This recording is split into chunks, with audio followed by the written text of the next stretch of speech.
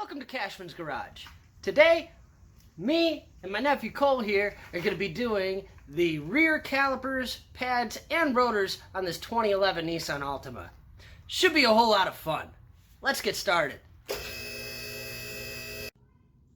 First step, we're going to take off the lug nuts and remove the wheel.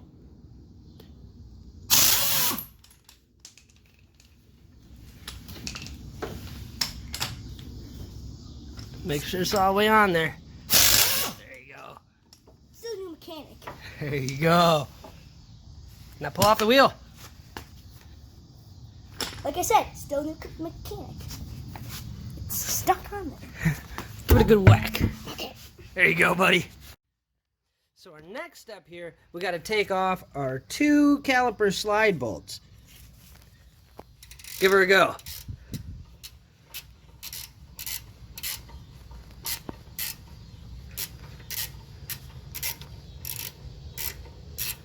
This might take a second. Now, the reason we're doing the calipers today is because last week, the other side was completely locked up. These ones are going a lot easier.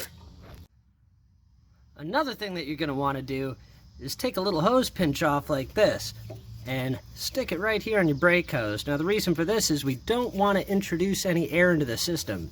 This is going to save some time bleeding this later. Hello, I caught a firefly. Nice. Hi. So after you catch some fireflies, you're going to want to loosen. You're going to want to make sure that you leave these slide pins in a little bit loose so you can get enough leverage on our little caliper bolt here. Now, you might lose a little bit of fluid in this process, but that's why we put our little pincher here. We shouldn't lose a whole lot. Another thing you're going to notice is this bottom slide pin here is hitting this little piece of suspension. So we're going to go to these bolts in the back. There's two of them. Should be nothing to it. The bottom one was a little easier to get to with a wrench. 19 millimeters. So now that we have both of these mounting bolts off, we are going to take a little screwdriver here. Right there. You just have to kind of shimmy this line off. Be gentle. You definitely don't want to break it. But as you can see here, it's coming off nice and easily.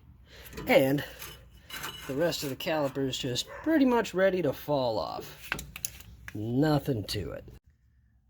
Another thing is, once you have these things all off, match the bleeder screw. As you can see, it's kind of on the top part here. Now, if you're doing both at the same time, it's really easy to mix them up, but your bleeder screw for the other side is going to be on the opposite point here. Now that they match up, we're ready for the next step. The next step, now this might be a little tough. You might need to spray this down a little bit in some PV blaster. But give this a couple whacks. Now we're going to be fighting the parking brake a little bit, but eventually it will come off. You can see this is our parking brake here. It's in a kind of ugly shape, a little rusty, but nothing we can't handle. So now that we have our old rotor off, we're going to put this shiny new guy on. Now, if this doesn't go easy, there is an adjustment here, but we're going to try to slide it on without doing any kind of adjustment. No problems. And don't forget to put this little rubber boot back in here. That's just a sight hole so you can see how much life you have left on your brake shoes.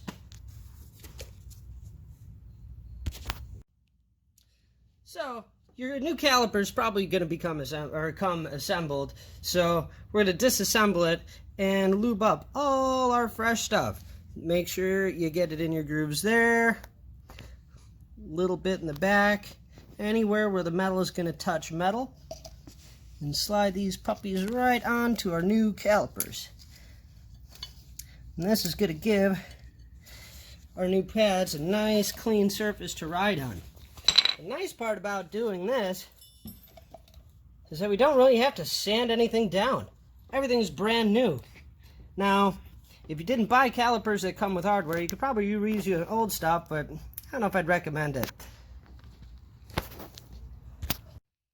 Also, don't forget to lube your slide pins. Now remember, we were having an issue with that bottom slide pin. So what we're going to do is kind of attach this before we even put this guy back on. And then we're going to slide it like so. And now we're ready to put the bracket back onto the vehicle. Then we're going to reattach the line. Now once your bracket bolts are nice and tight, we're ready to add some brake pads. Now, as you can see down here, we don't have to worry about our clearance issue since we tighten this up before we put the bracket bolts back on. That's going to save you a bunch of time. And it's going to make it really easy to load up our pads. Nothing to it. I love new calipers. It's so easy. They fit in like butter. Now mine are labeled inner and outer, but a lot of factory pads, they use the same material for the inside and outside, and it really doesn't make a difference, but we use quality parts here at Cashman's Garage. Now, usually, if you weren't replacing the caliper, you need to push this piston in, but that is not the case today. But you definitely don't want to forget to add some lubrication to this. Now, some guys like to slather it all over the back of the pads, but it's messy, it doesn't look good, it collects dust, so I like to just put a little bit on our inside here, both sides, both these little guys, and also going to want to get a little bit on our piston. So now with everything nice and lubricated, we're going to flip this back over and attach our final slide pin here on the top. And whatever you do, don't forget to tighten up that last slide pin a little bit more in case you didn't get it nice and tight already. You'll get a little more leverage now that everything is back together. So our final step is we have to attach our hose. Now, here's our old bolt. We actually got a new one with our kit, and it came with a couple of these copper washers. Now you're going to notice that one side is a little more bubbly and one side is a little more flat, and they're both like that. So what you're going to want to do is put the flat side towards the outside. Then we come back around and we're going to feed this right through, and then we're going to add the other washer to our other side, keeping the bubbly part towards our brake hose. And with that done, we're going to start feeding this in. Now we're going to want to make sure that that little pin ends up in that little hole. Really, nothing to it. One thing I always find annoying is when the manufacturer changes the size of our OEM bolt, which was a 12, to an 11. I had to grab a different wrench, but not a big deal. Now you're going to want to make sure it's pretty snug, and you're definitely going to want to make sure it's not leaking when you're all done. And once this is nice and tight, and everything is tight, we're going to pull our little pinch hose here, and we're going to bleed them out. So the final step, and probably the most important, if you don't want to have a squishy pedal, is going to be to bleed the brakes. Now this is a two-man process, so we're going to have Colio here helping out. So hold down the brake pedal. By holding down the brake pedal, we're going to be adding pressure, and we're going to loosen this guy up. Brake fluid, that's what we want to see. Once the brake fluid comes out, we tighten it back up, and we tell your partner, hey, let her back up. Yep, let her up. This is going to draw more fluid in. We're going to give it just a sec. Now push it all the way down and hold it until I tell you to let it back up.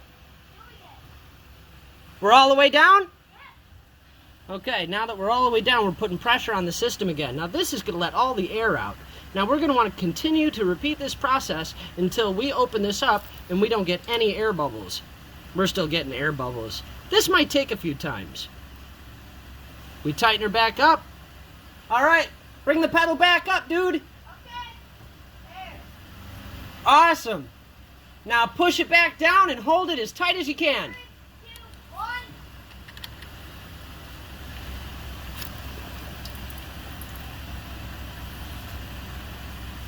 1. Okay, let her back up. Bring her back down. Hold, hold, hold. I think we're still getting some air. We can keep on doing this for a while. Now make sure that you have enough brake fluid in the reservoir. Keep adding as necessary, and once that pedal feels nice and stiff, we should be good to go. So, that stuff started to shoot out like a rocket. Now, you want to make sure you get all this nasty brake fluid cleaned up because it does eat paint. So we're going to take some brake cleaner here and wash her down. Make sure you soak everything. Get all this stuff cleaned up. You don't want any remnants of this. It's very caustic stuff. Looks like I got our lug nuts too. Clean those off really good. And we're gonna repeat the process on the other side. Now, once everything's complete, now keep in mind, we just did the front brakes not too long ago. So, once everything is done, we're gonna top this off to the very max. Now, if you're only doing the back brakes or only doing the front brakes, you might not wanna top this off all the way. The reason for this is when you push that brake piston back in on an old caliper, it pushes this fluid right back up through the reservoir, and it'll leave a giant mess. So, since we did the front and rear, we can fill this one right up to the max. Nothing to it. Here's our other side. This thing is nasty. Now, last week when we tried to attempt to do this, we had my nephew Cole quite literally jumping on the wrench that are holding these slide pins in, and they weren't budging. Now, you got a couple options. You can cut them off, but that's a giant nightmare. But since we're replacing the caliper and the bracket anyway, we could skip a couple steps and go straight for these mounting bolts in the back and repeat the same process we did on the other side. It's going to make it a lot quicker. Now that's what factory brakes are supposed to look like. So, as a final step, pump up the brakes a couple more times. Make sure that nothing's dripping. There's only a couple places you really got to look. Mostly right here. If that's leaking, tighten everything up a little bit. Maybe you got a bad caliper. Also make sure it's not dripping out from here too. That would be a defective caliper as well. Today, we are all clear. So I'm going to put the wheels back on, torque the lug nuts, and we should be good to go. So, what do you say? Do you have a lot of fun? I did. And do you have anything to say for our audience? I do. So here it is. Rear brakes are so easy, even a 10-year-old can do it. And by the way, like and subscribe, and my channel will be linked in the description. Awesome!